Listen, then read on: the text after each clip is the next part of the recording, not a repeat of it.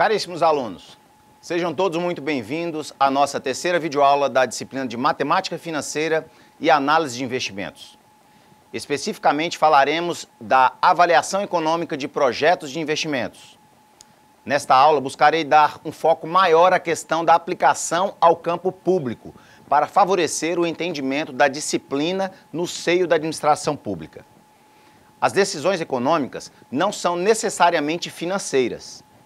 Finanças envolvem mais especificamente dinheiro. A economia define-se como o estudo da alocação dos recursos escassos, ou seja, de tudo que é finito. Administrar recursos escassos e fazer escolhas dentre eles teria sempre um aspecto econômico embutido no processo e, assim, todas as decisões seriam econômicas. Seja qual for a decisão tomar, esta será sempre um desafio. É uma escolha realizada no presente, tendo que enxergar suas consequências e efeitos no futuro. E como no futuro ainda não aconteceu, decidir implicará mover-se em um cenário de incerteza e risco. O fato de estar continuamente diante de alternativas sujeita os agentes econômicos a cometer vários equívocos. Até pouco tempo, e ainda hoje em alguns setores mais atrasados, as decisões de investimento eram realizadas seguindo a intuição dos empresários. Gradualmente, o conhecimento econômico permitiu sua substituição por decisões lógicas baseadas em pesquisas e estudos para determinar como e onde investir uma quantidade de capital. São os estudos de projeto. Projeto é então definido como um conjunto ordenado de antecedentes, pesquisas, suposições e conclusões que permitem avaliar a conveniência ou não de destinar fatores e recursos para o estabelecimento de uma unidade de produção determinada. O mérito de um projeto é função de uma análise em que se determinam relações entre os benefícios gerados e os custos imputados e as possibilidades alternativas de obter melhores resultados com esses mesmos custos em outros projetos. Os verdadeiros benefícios e custos do projeto vão depender da avaliação que se quer fazer dele. Se para a iniciativa privada o resultado do projeto são os lucros que ele possa gerar em cada ano da sua vida útil e os gastos são os investimentos que a empresa deve realizar para gerar esses lucros. Para a coletividade, o conceito de resultado muda e é necessário observar também se o projeto contribui para o processo de desenvolvimento da nação. A um empresário específico, não interessa se um projeto cria um grande número de empregos, mas, para a economia em geral, isto pode interessar, pois é uma forma de dinamizar o mercado de bens de consumo, além de reduzir problemas sociais. Nesse caso, o interesse está em realizar uma avaliação que determine os efeitos do projeto sobre o conjunto da economia. Dessa forma, no contexto de uma avaliação econômica, um projeto pode ser considerado de interesse para a sociedade, ainda que não gere o retorno financeiro exigido pelo investidor. Metodologias de avaliação econômica foram inicialmente desenvolvidas nos países da Europa e nos Estados Unidos na década de 1960.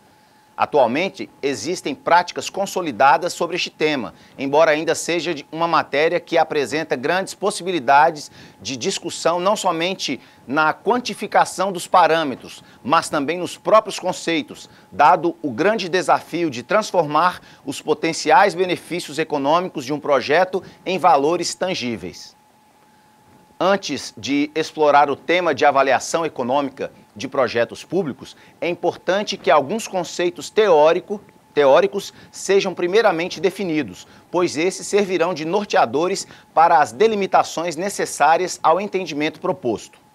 Projeto, portanto, está associado à percepção de necessidades ou oportunidades de certa organização. O projeto dá forma à ideia e executar ou realizar algo no futuro para atender à necessidade ou aproveitar oportunidades. Um projeto pode ser entendido como um conjunto de informações que são coletadas e processadas, de modo que simulem uma dada alternativa de investimento para testar sua viabilidade. Portanto, o projeto aqui é definido como o conjunto de antecedentes que permite avaliar as vantagens e desvantagens econômicas derivadas do fato de se destinarem certos recursos de um país à produção de determinados bens ou serviços. Neste sentido, esta aula não quer apenas promover o entendimento do processo de busca pelos antecedentes, mas definir os métodos vantajosos ou não de um projeto, a partir dos antecedentes explicitados. Entende-se por setor público aquilo que compõe-se de administração direta, empresas que oferecem serviços essenciais não atendidos pela iniciativa privada e as instituições sem fins lucrativos. Para determinar se a unidade de produção estudada através do projeto é justificável, os interessados devem realizar sua avaliação. Através da avaliação, procura-se conhecer se o projeto representa uma boa alternativa para os recursos a serem utilizados.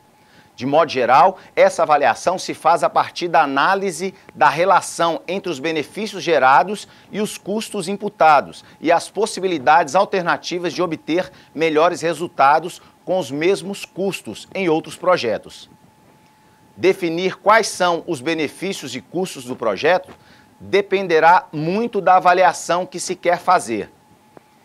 Se, para a iniciativa privada, o resultado do projeto são os lucros que ele possa gerar em cada ano de sua vida útil e os gastos são os investimentos que a empresa deve realizar para gerar esses lucros, para a coletividade, o conceito de resultado muda e é necessário observar também se o projeto contribui para o processo de desenvolvimento da nação.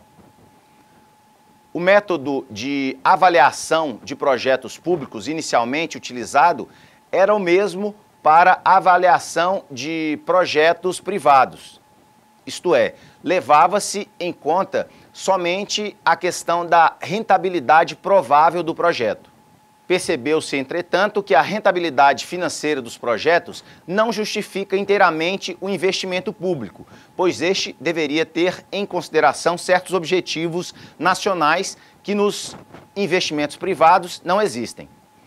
Dessa forma, a avaliação feita pelo setor público começou a diferenciar-se da avaliação exclusivamente privada. Identificam-se atualmente dois tipos de avaliação: a avaliação financeira ou de rentabilidade privada e a avaliação econômica, a social, onde são analisados os efeitos do projeto sobre o conjunto da economia. Não é obrigatório que projetos a serem realizados pelo setor público devam obrigatoriamente apresentar rentabilidade privada. A avaliação do ponto de vista do interesse público apresenta dois tipos de problemas. Primeiro, a determinação exata das disponibilidades dos recursos nacionais. E segundo, conhecendo essas disponibilidades, a correção dos conceitos financeiros para transformá-los em conceitos econômicos. Ainda que as possibilidades de relações entre as gerações e a permanência histórica exigem que leve em conta todas as consequências futuras do projeto, quando se trata de investimentos públicos, pode ser necessário considerar projetos completamente diferentes, tornando a avaliação mais complexa.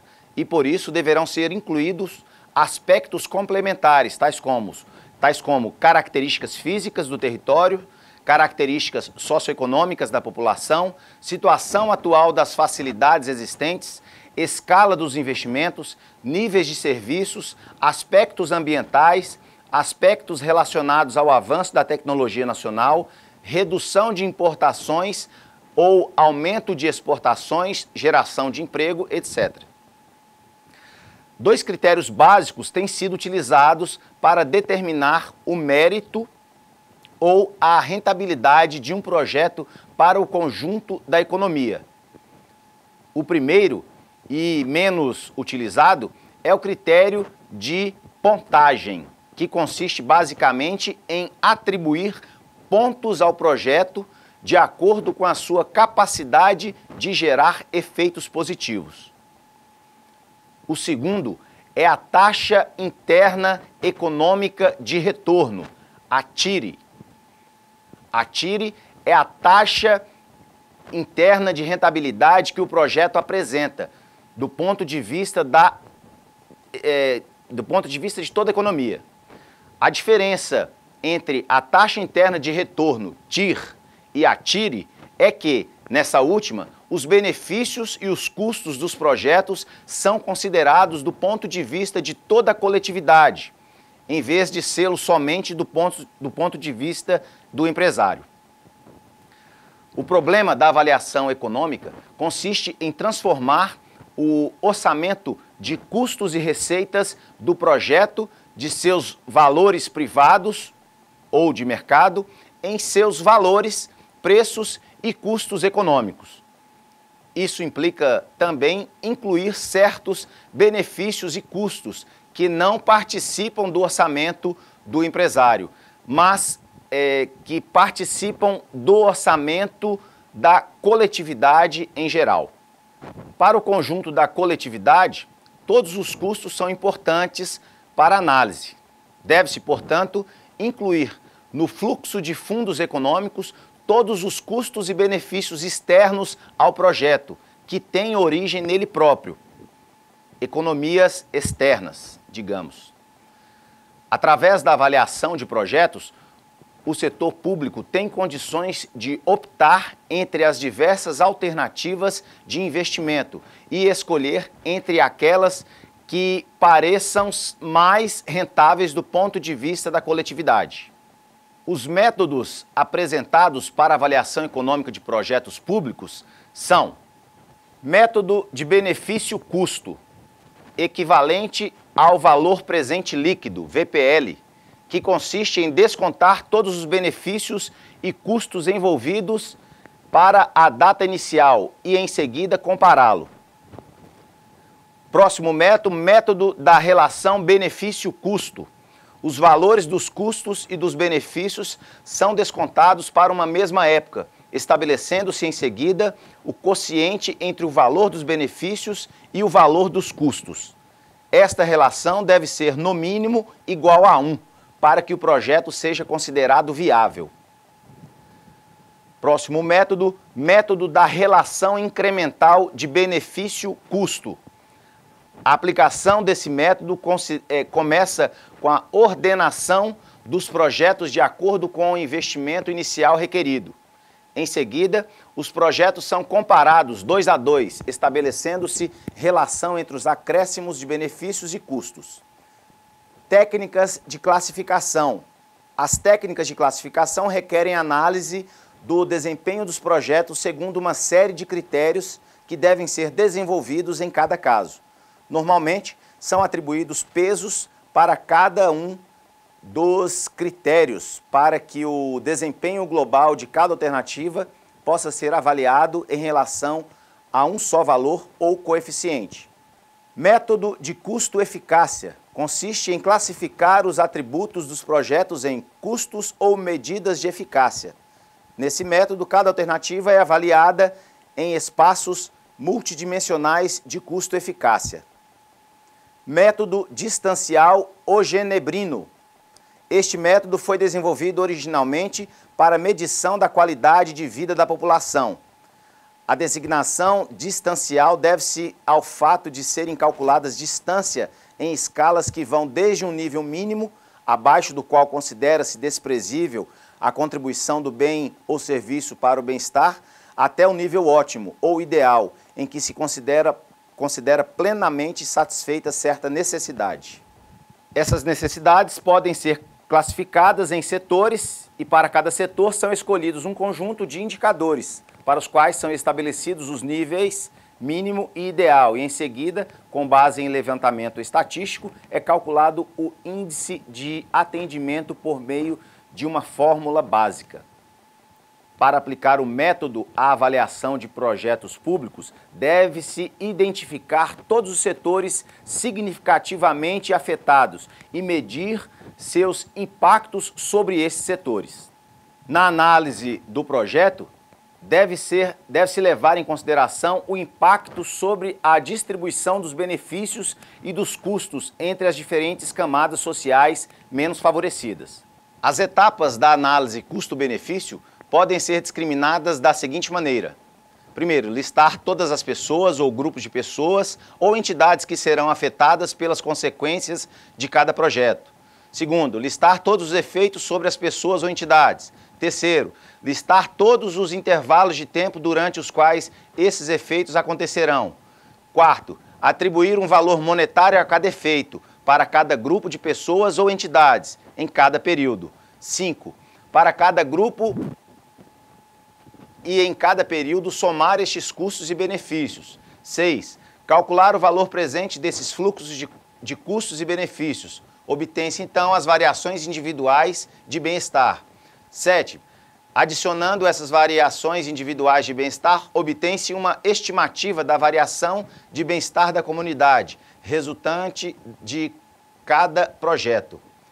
Esta variação pode, então, estar comparada ao valor presente dos investimentos e gastos gerados pelo projeto para decidir ou não sua aceitação. A transformação do orçamento de custos e receitas do projeto, de seus valores privados ou de mercado, em seus valores, preços e custos econômicos, é realizada primeiramente através de 3 passos. Eliminação das transferências entre membros das sociedades, ajustes nos preços utilizados na elaboração do fluxo dos fundos financeiros, que transforme os valores de mercado em valores econômicos, e inclusão de externalidades. Os juros bancários, os impostos, aluguel de um edifício ou equipamento e a compra de um terreno sem uso previsto durante toda a vida útil do projeto não representam um custo econômico, mas apenas uma transferência de recurso, pois o dinheiro não é comprometido em recursos utilizados no processo de produção. O tratamento da transferência nos ajustes dos fluxos financeiros a fluxos econômicos deve ser estudado caso a caso. O importante é aplicar o conceito de custo de oportunidade corretamente, de modo a medir o sacrifício que incorre a economia pelo uso do recurso no projeto. Na análise custo-benefício, o princípio é que, de modo geral, os preços de mercado não serão utilizados para a determinação dos custos e dos benefícios. Isso por 2 razões.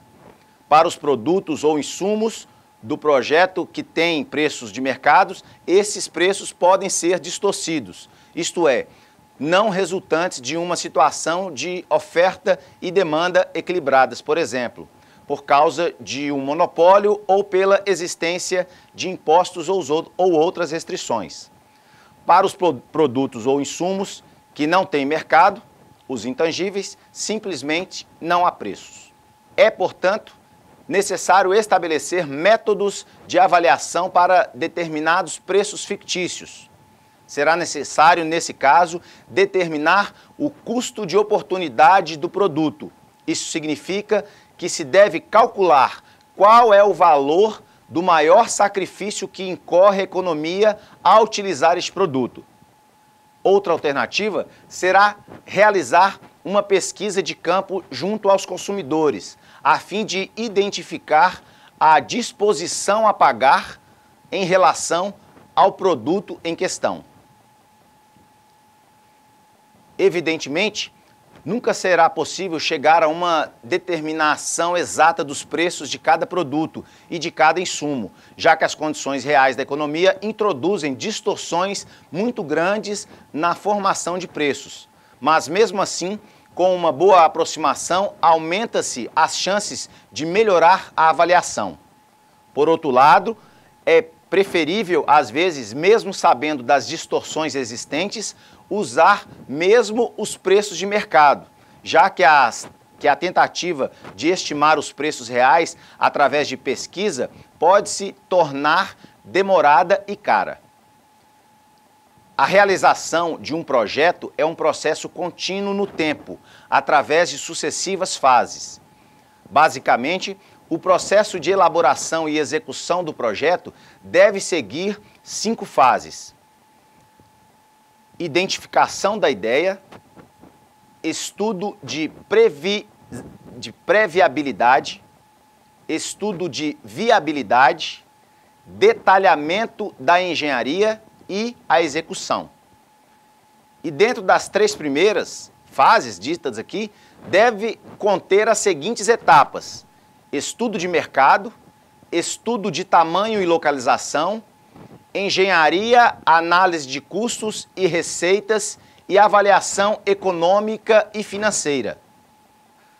A análise dos custos e receitas para determinar se o resultado que o projeto produz compensa a soma dos esforços e recursos despendidos na atividade produtiva é necessário para comparar os insumos necessários e o produto resultante através de valores monetários estimados. As saídas de dinheiro são chamadas de custos e as entradas de dinheiro são chamadas de receita.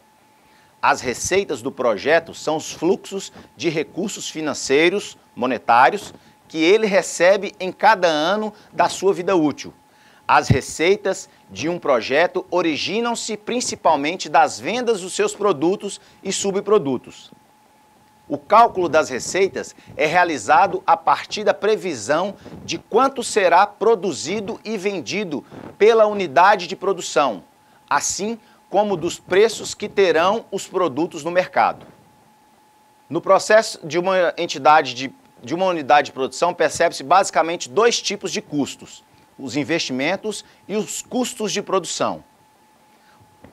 Definir o investimento é determinar as necessidades de recursos financeiros para executar o projeto, informação fundamental para definir a viabilidade ou não da unidade de produção.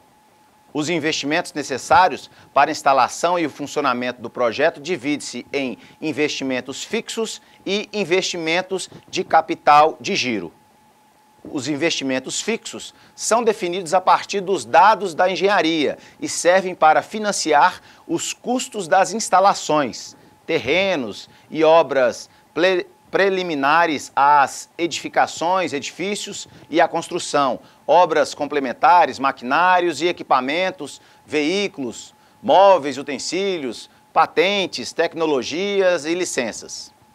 E os investimentos de capital de giro dependem do número efetivo, do nível efetivo, vamos dizer assim, de produção da empresa, pois servem para financiar o funcionamento da empresa e remunerar os recursos necessários ao próprio processo de produção, que são, no caso aí, matéria-prima, estoque, mão de obra, manutenção, limpeza e reparos, custo de financiamentos das vendas, etc.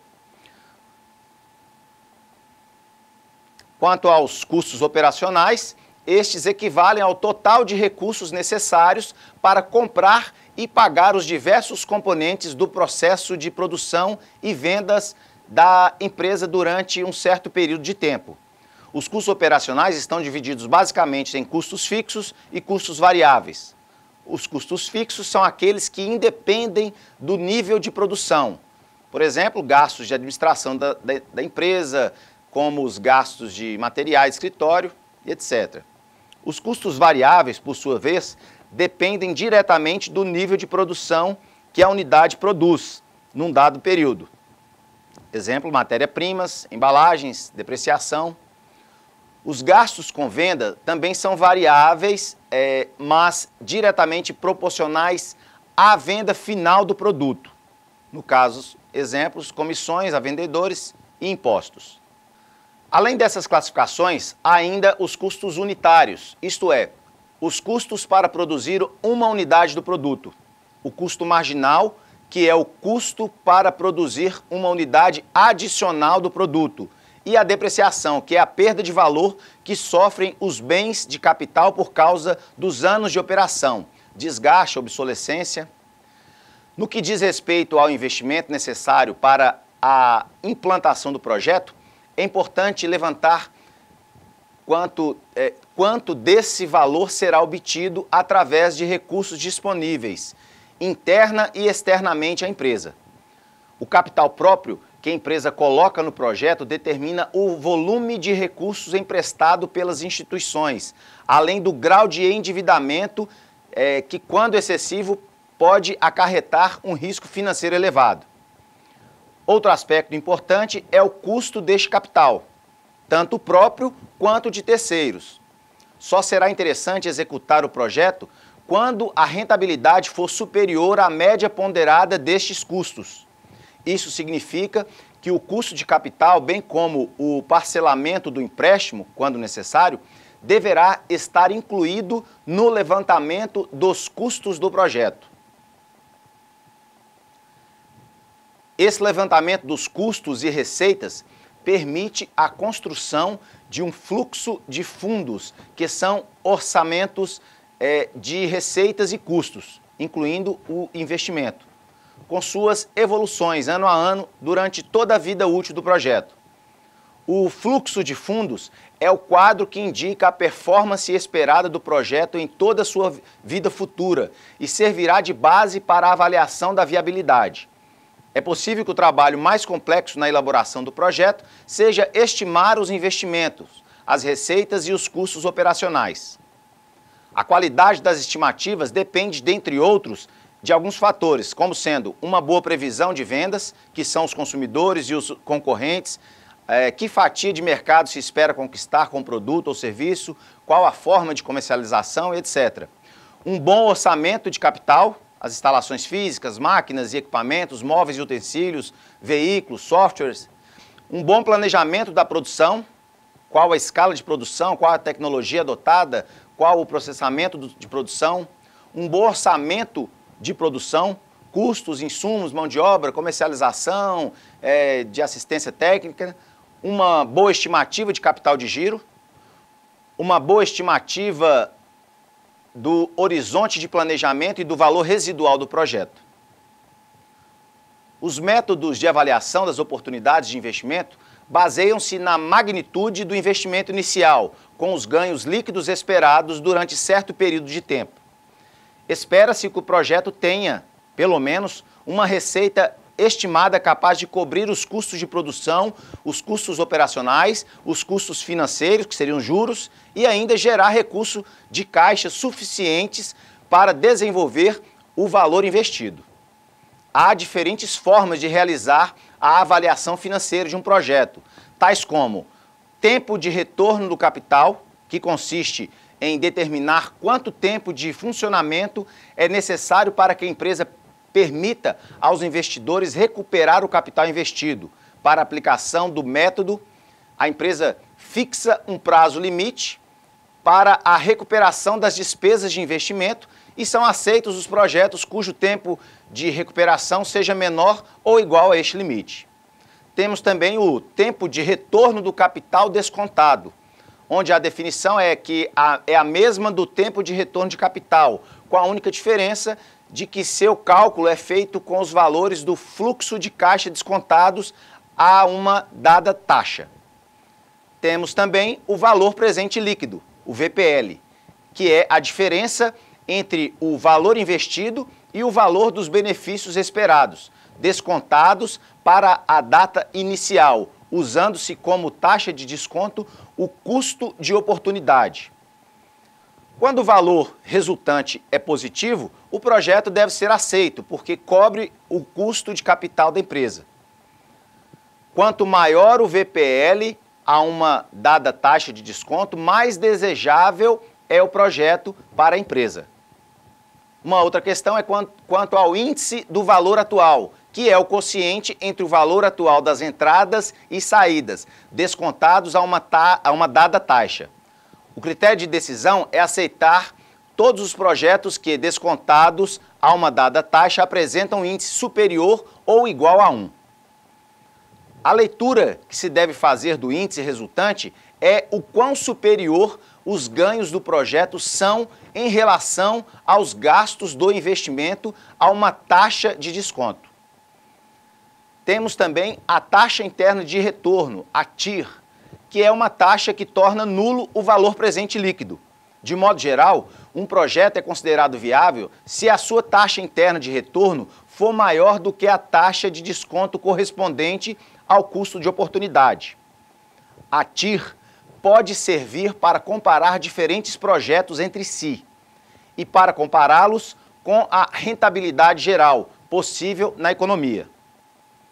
Temos também a rentabilidade simples, que é a relação de lucro médio provável gerado em cada ano, pelo total do investimento realizado. Esse índice permite saber quanto gerará em cada ano cada unidade de capital investido no projeto. Tem-se também total dos lucros líquidos comparado com o total de investimentos. Para calcular esse indicador, é necessário tomar o total dos lucros anuais e dividir pelo investimento. Simples assim. A taxa de desconto utilizada para cálculo dos valores futuros no presente é chamada de taxa mínima de atratividade, TMA. A TMA é a taxa a partir da qual o investidor considera que está obtendo ganhos financeiros. É uma taxa associada ao custo de oportunidade do investimento, ou seja, um custo financeiro que equivale à perda que o capital investido sofre por estar vinculado ao projeto e não poder ser investido em nenhuma outra alternativa oferecida pelo mercado com baixo risco. Na impossibilidade de determinar este custo, é comum considerar o custo de oportunidade como equivalente à taxa de juros vigente no país. Além do custo de oportunidade, a determinação da TMA poderia levar em consideração o custo do capital próprio da empresa e o custo dos empréstimos. A disponibilidade de caixa da empresa pode ter um custo menor para ela, mas também pode significar que a empresa está lançando mão de aplicações com menor prazo e maior liquidez, cujo custo é o juro que a empresa deixará de ganhar. Ou esta empresa pode ter recorrido a empréstimo que possui um capital de risco associado, cujo custo torna-se mais elevado. Os investimentos dessa empresa deverão render o suficiente para pagar os juros dos capitais de terceiros e proporcionar um lucro compatível com as expectativas dos acionistas. Em outras palavras, a TMA deverá ser maior ou igual ao custo do capital. Toda análise até então abordada leva em consideração que os fluxos de receitas e despesas futuras estão perfeitamente definidos e de ocorrência certa, tomando por base algumas premissas fundamentais. Por mais certas ou acuradas que sejam essas premissas, elas não livram o analista de um elemento fundamental na tomada de decisão, a incerteza. Trata-se da incerteza quanto ao sucesso de novos produtos, ao comportamento dos preços, às possíveis mudanças nos padrões de consumo, ao comportamento da concorrência e às variações dos juros e disponibilidades do mercado financeiro. Há também as incertezas ligadas aos eventos políticos, nacionais e internacionais. Mudanças de governo, greves, revoluções, guerras. A teoria da decisão distingue três situações possíveis para tomar decisões. Quando a decisão tomada gera sempre o mesmo resultado, tem-se uma situação de certeza. Quando são conhecidos os estados futuros que possam ocorrer e suas respectivas probabilidades de ocorrência, disse que a análise está sob condições de risco. Quando são conhecidos os estados futuros que possam ocorrer e suas respectivas probabilidades de ocorrência, disse que a análise está sob condições de risco. Quando nada ou pouco se conhece sobre os estados futuros, a análise acontece sob condição de incerteza. Bem, pessoal, aqui termina a nossa terceira aula. Nos vemos na quarta e última videoaula. Fiquem com Deus, bons estudos e até mais.